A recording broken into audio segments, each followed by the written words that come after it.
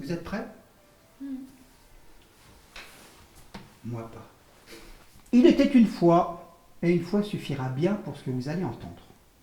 Donc, nous y voilà. Je me promène en tenant la main, si je me souviens bien, de mon grand-père, et en guettant, en lui posant des questions sur les plantes, les oiseaux qu'on entend, et puis aussi parce qu'il y a des bruits que je n'arrive pas bien à reconnaître.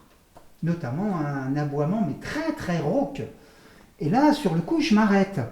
Je regarde mon grand-père et je lui dis, un peu tremblotant, parce qu'il avait l'habitude de me raconter des histoires qui n'étaient pas des plus rassurantes. Je lui dis, papy, l'animal qu'on vient d'entendre là, c'est quoi? Et j'avais mon idée en tête. Je pensais forcément à un loup. Il avait des histoires assez terrifiantes, mon grand-père. Et justement, des histoires de loups. Alors, puisqu'on parlait du loup à l'instant, puisque c'est le plus lointain souvenir que j'ai de mon grand-père, eh ben, je vais vous parler de mon arrière-grand-père. Arrière-grand-père, qui est de plus en plus inquiet, qui sent que l'alcool pèse sur ses semelles de plomb.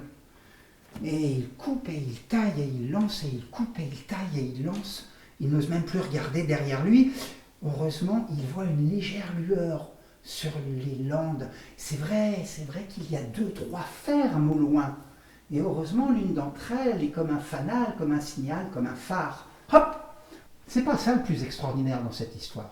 Oh bon, je dis quoi, papy, c'est quoi l'histoire? C'est quoi la fin de l'histoire? Il y a une fin de l'histoire? Il dit oui. Le lendemain, mon arrière-grand-père, il a regardé dans sa besace. Et c'est vrai qu'il n'y avait plus de pain. Il n'y avait plus de lard. Mais il y avait toujours son kuutiao au fond de la poche. Mais là, il était très surpris. Ah bon, mais pourquoi, papy? Pourquoi il était surpris, grand-père? Pourquoi il était surpris? Parce que son couteau au départ, quand il a commencé à couper, c'était un couteau comme le mien. C'était un beau couteau, bien affûté. Quand il l'a sorti de sa poche, c'était un tout petit couteau comme ça. Il avait tellement mis de rage, tellement de désespoir à couper, que le couteau il a diminué de moitié. Oh bah ça, papy, alors, oh, ça c'est extraordinaire comme histoire. Faut dire si j'étais naïf à l'époque. Hein. Bon, je le suis encore un peu.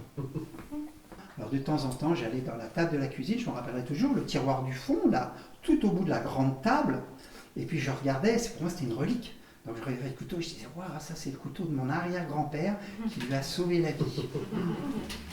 Bref, je plonge dans les livres et je tombe sur l'histoire du chaperon aux habits de fer blanc. Tu as l'air bien pressé, hein, tu vas où toi? Bah, moi je vais chez ma mère grand. Mais tu viens d'où? Ah ben je viens de chez ma mère. Ah, celle qui habite là-bas, là. À la limite de la lande. Ah non. Ah, et ta grand-mère qui habite là-bas, à Clairière, là. Bah oui. Ah, d'accord. Et c'est là où c'est étonnant.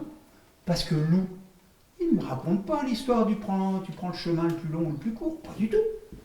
Il lui dit, bon bah chaperon, tu vas prendre quel chemin pour aller chez ta mère grand? Est-ce que tu vas prendre le chemin des épingles ou le chemin des aiguilles? Alors, le chemin des aiguilles, ça désigne tout le travail qui consistait notamment à préparer sa dot. Donc, c'était un travail fastidieux, c'était un travail qui occupait de longues veillées. Oh, d'ailleurs, j'aurais dû amener des aiguilles. Et pour le coup, chaperon n'est pas trop regardante en appétit pour faire ce genre de travail, quoi. Je la comprends, à 15 ans. Grand-mère, quoi encore? Comme j'ai envie de faire pipi. Ah bon? Eh, mais tu vas pas faire dans le lit. Hop! Va dehors. Mais avant, je vais te mettre un fil rouge. Encore un fil rouge. Et voilà le loup qui attache à la jambe de chaperon un fil rouge qui se dévide, et voilà chaperon dehors. Merci encore. Allez, cette fois-ci j'arrête de parler. Je vais mettre le masque pour me faire.